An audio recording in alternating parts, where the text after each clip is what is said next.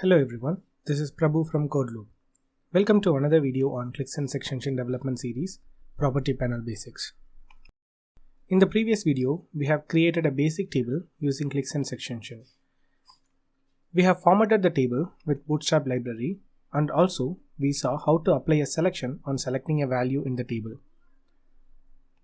In this video, I am going to show you how to use custom properties to choose a theme for the table, changing cell alignment of each column, show or hide a column based on a condition. To achieve this, we are going to use custom properties in ClickSense extension. There are a lot of components available to define a custom property like drop-down, text box, button, switch, slider, color picker, etc. Here, for theme selection, it would be appropriate to use a drop-down component because we are going to provide a list of themes to select from. For changing the cell alignment, we can provide either a drop-down option because it also a set of defined values like left, center, and right. Or we can show a group button to represent these three options. For show and hide, we need to provide options to enter conditional expression to decide whether to show the column or not. Apart from these components, there are a lot of components available in ClickSense extension. You can refer this documentation for more info. The implementation method is same for all the components. So I'm going to show you how to use a drop-down component, button component, and expression component. So without wasting time, let's jump onto the code and add these components. First of all, we need to decide where exactly we need this custom property should come. If you look at the property panel, we have different sections for dimensions, measures, appearance, and sorting. You can add custom property under any of these sections, or you can create a new section and add it. For choosing theme, it would be appropriate to add this under appearance. So in the script file, add items under the setting.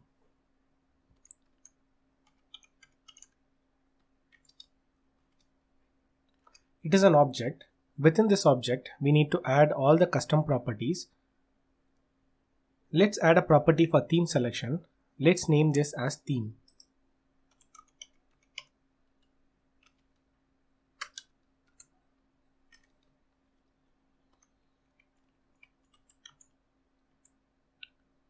You can give any name here, but just to make sure it is relevant to the property that we are defining.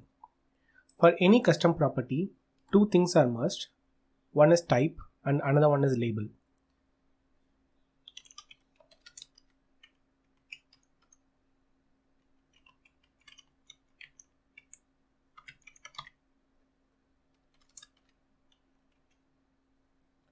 Type will decide the data type of the property like string or integer.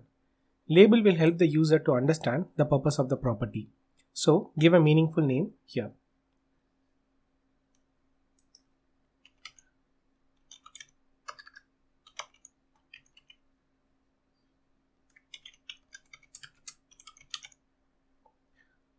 So for themes, let's give the type as integer and label as choose a theme.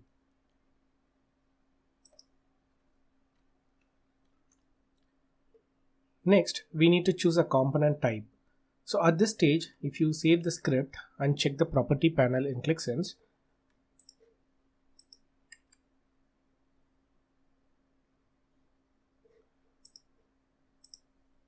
it will show an input box something like this. So the default component is a text box. Now let's define the component in the script as dropdown.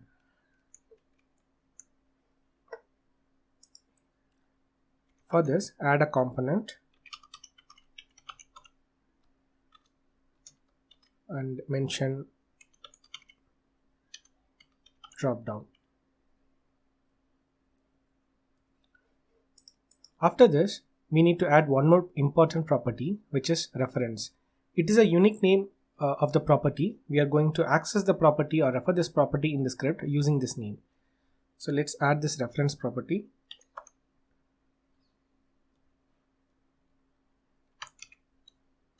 Ref and name of the reference custom dot theme.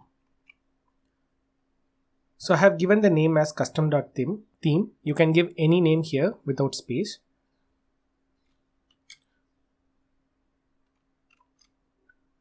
So we have defined the theme property, but it is a drop down. So we have to define the options that should come under this drop down. Otherwise it will show an empty drop down. For this we need to add options.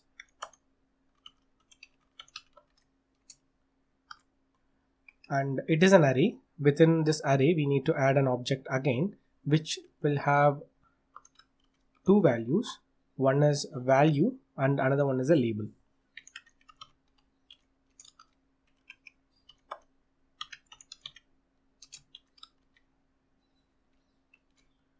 If you see here, the type we have mentioned here is an integer, so the value also should be an integer. So let's give a number 1 here. The label is a string which will be displayed in the drop down. So let's say theme 1. I'm going to add one more value here, so just copy this, value 2, theme 2. I'm going to add one last property which is a default value. So just add a comma and add default value, which is 1. So that's it. We have defined a drop down component. Let's check that in the dashboard. Let's save this file. So if you make any change in the extension, it is always a best practice to re-add the extension so that we don't get any issues. Let's do that. Let's refresh the page. And from the custom object, let's re-add this extension and convert to demo2. If you check the output, now under appearance, choose a theme, it is showing a drop down with two values, and the first value is by default selected. Now we need to see how to read this in the script. So I have already added a console log statement in the script. So console.log layout. Let's check this value in the console. So go to the page and open the developer tools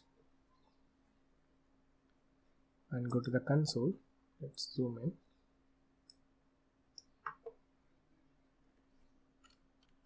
So if we expand this console log object, so you will see a property custom.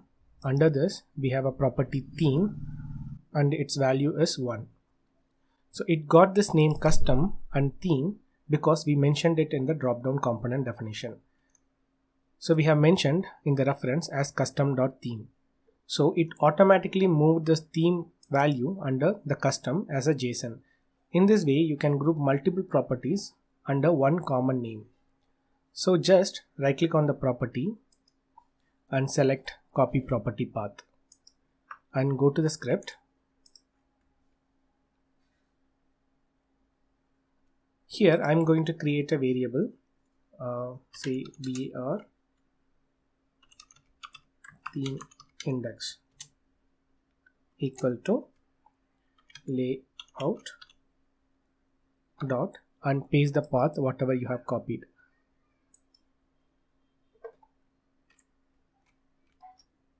We have already seen how to use the Bootstrap class to customize a table design. Now we are going to do the same, but this time it will be a parameterized one. The theme class will be selected based on the theme index. Before that, let's see how many styles are there in the Bootstrap for tables. For this, refer the Bootstrap documentation. If you look at here, we have a design here with dark background. For this, we just need to add the class table dark. Similarly, for each design, we just need to change the class name. So I'm going to create an array with all these class names. So go to the script. So I have an array of all the class names. So if we assign these class names, the table design will be changed based on the Bootstrap CSS style. Here we have 8 different themes. So in the drop down also we need to have 8 options. So let's change that. So I have added 8 options here, like theme 1, theme 2, like this till. So I have given the value as 0 to 7. So here, instead of mentioning the options like this, like 0, 1, 2, 3, we can use the Bootstrap name directly. So I'm going to make this little dynamic here. Instead of listing all the theme options, I'm going to write a function which create these options array dynamically. For this, I'm going to declare this list themes array as a global variable. So just cut it and paste it at the top of the JavaScript file. So now this list themes becomes a global variable. So in the component dropdown definition, instead of this array, I'm going to write a function.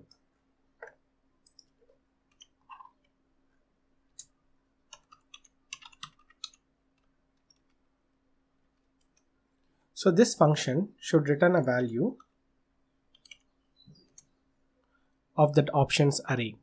So what I'm going to do is I'm going to use the list themes to create the options for us. So I'm going to write a map function.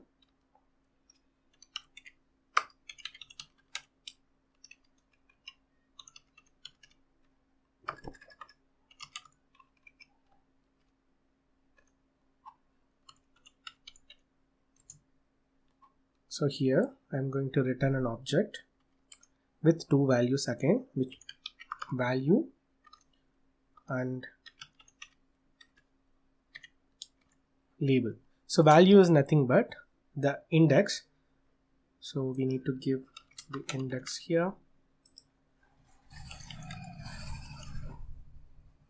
And label is nothing but the theme.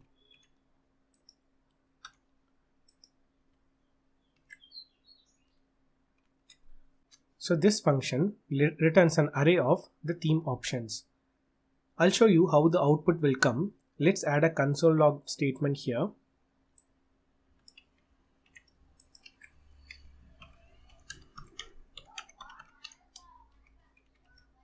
And add the same map function here just to look at how the options is coming up. So save this file and go to the ClickSense page and refresh it.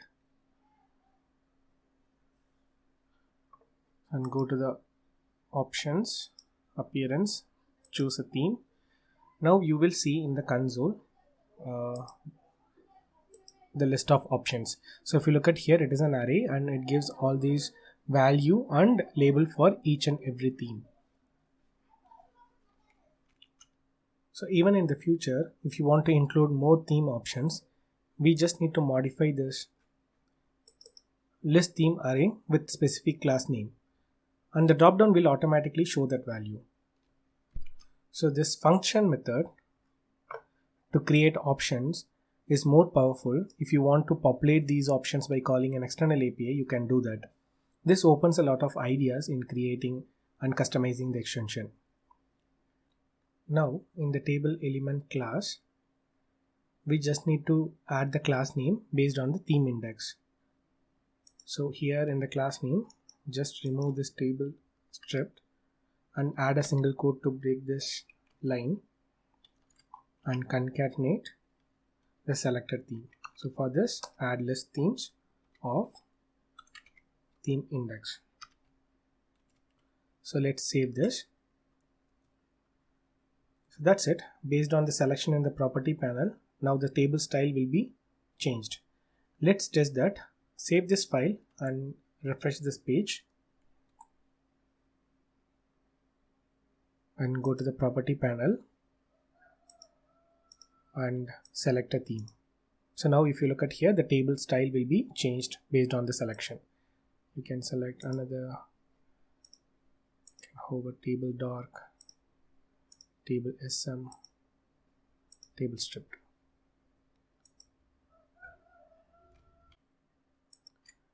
Next, we are going to create two more properties to control the alignment of this data and to hide and show the column based on a condition.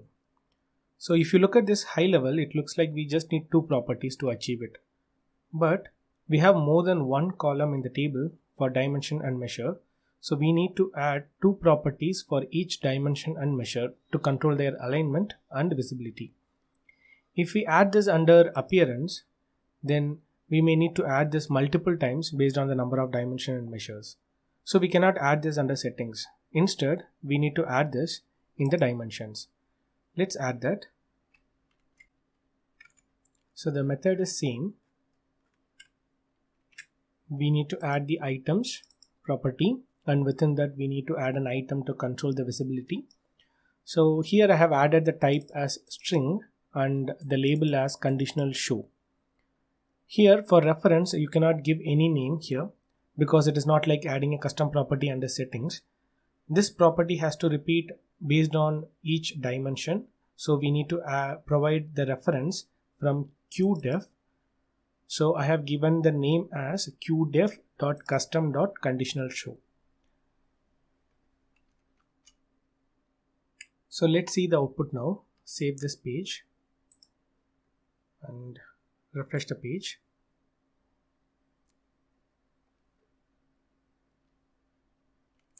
So one thing to notice here is if you change anything on the dimension property, you need to delete the dimension and add it back to make it work properly.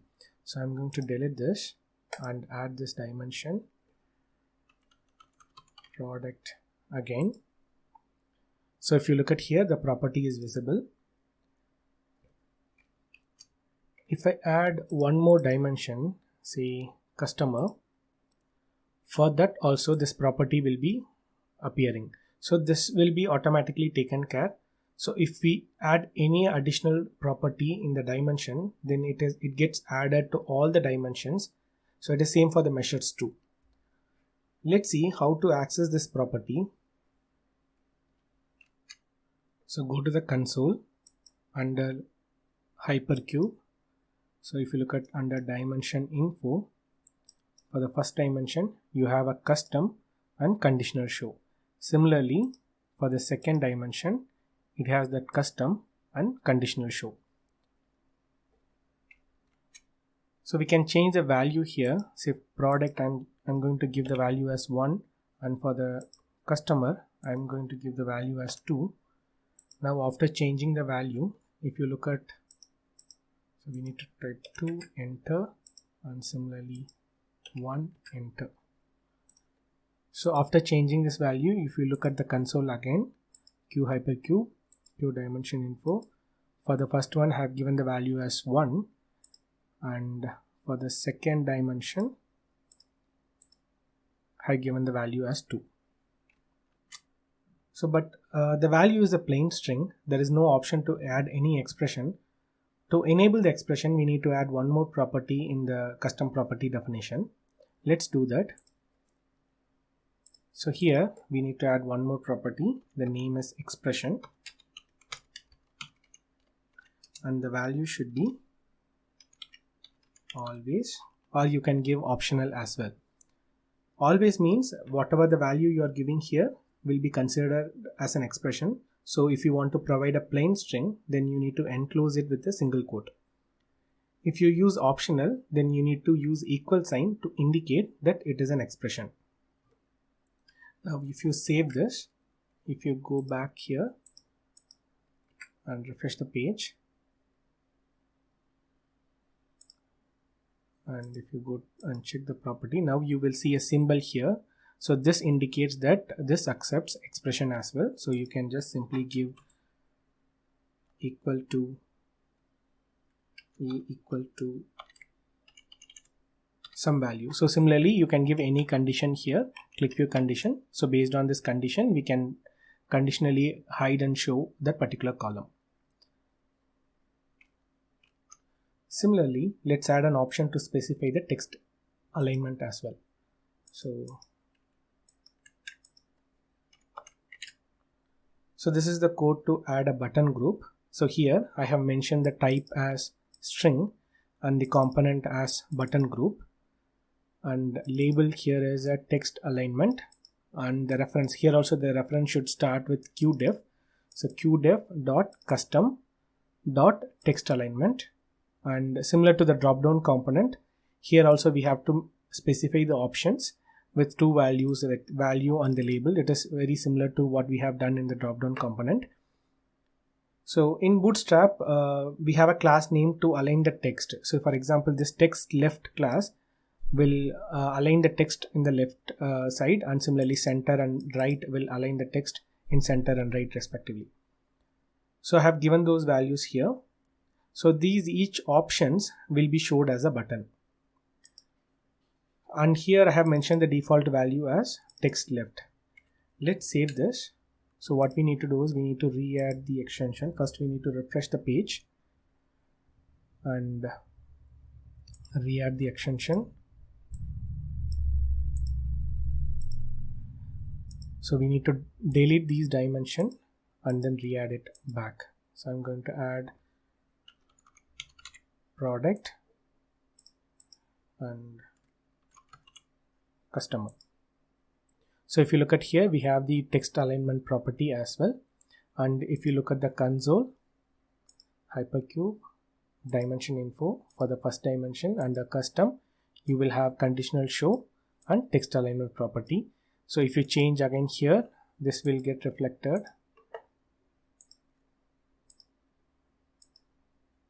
in the output as well. So text center. So for the customer second dimension, I have selected text center. So it is automatically showing the value here. So we have created all the custom properties. Now as the last step, we just need to use this property in the script. For hide and show, we can simply add an if condition in the dimension info loop and check for the conditional show is true or false. So what I'm going to do here is I'm going to write an if condition, if dim dot, the reference for the custom property is custom dot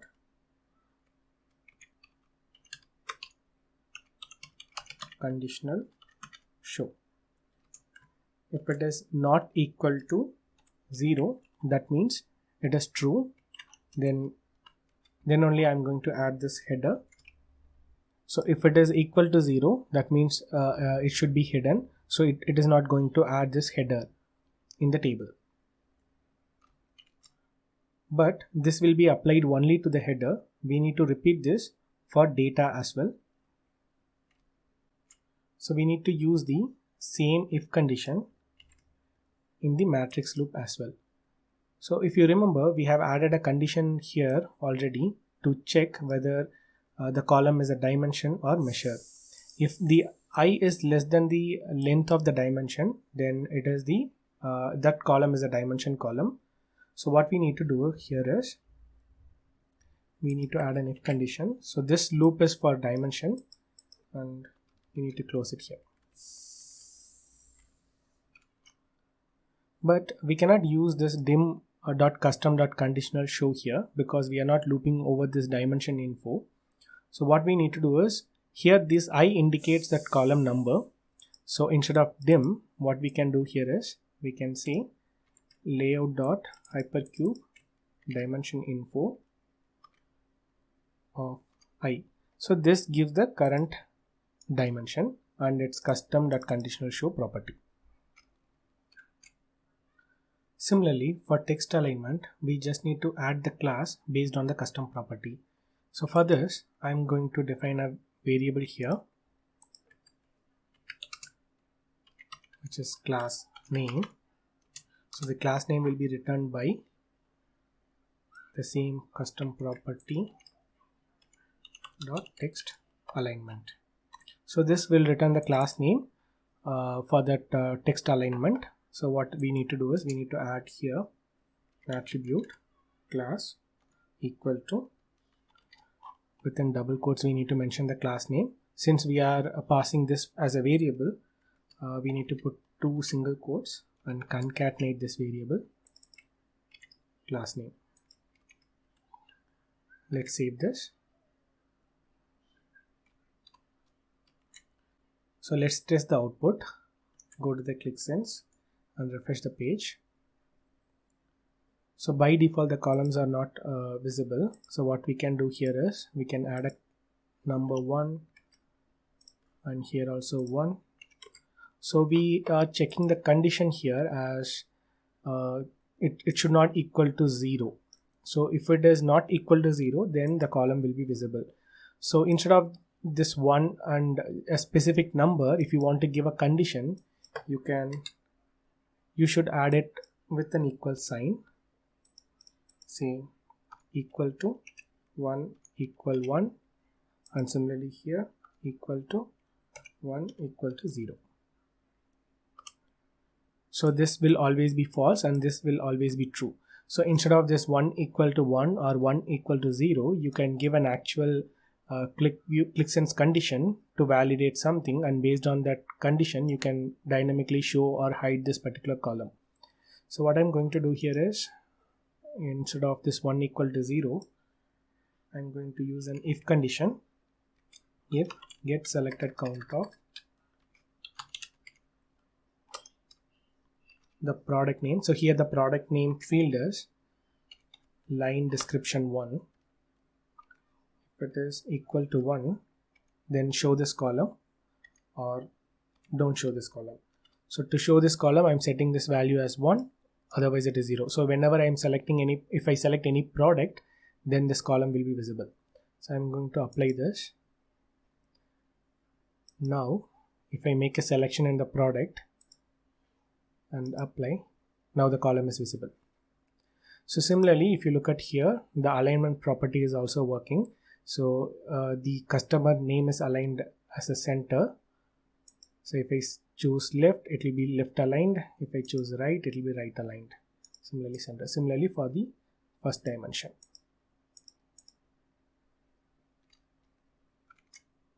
So I'm going to stop here, but we didn't achieve this functionality for measures. So please try that yourself so that it will be a small exercise for you to recollect what we did here. I will also provide the code in the GitHub for your reference, so you can compare your method with mine. Also, it is not the only way you can achieve the set functionality. So this is just an idea how to add properties at dimension level as well as at the extension level. You can use this to achieve your own requirement. Hope this video is helpful. Please subscribe to this channel if you want more videos like this, and provide your feedback in the comment section. Thanks for watching. We'll see you in the next video.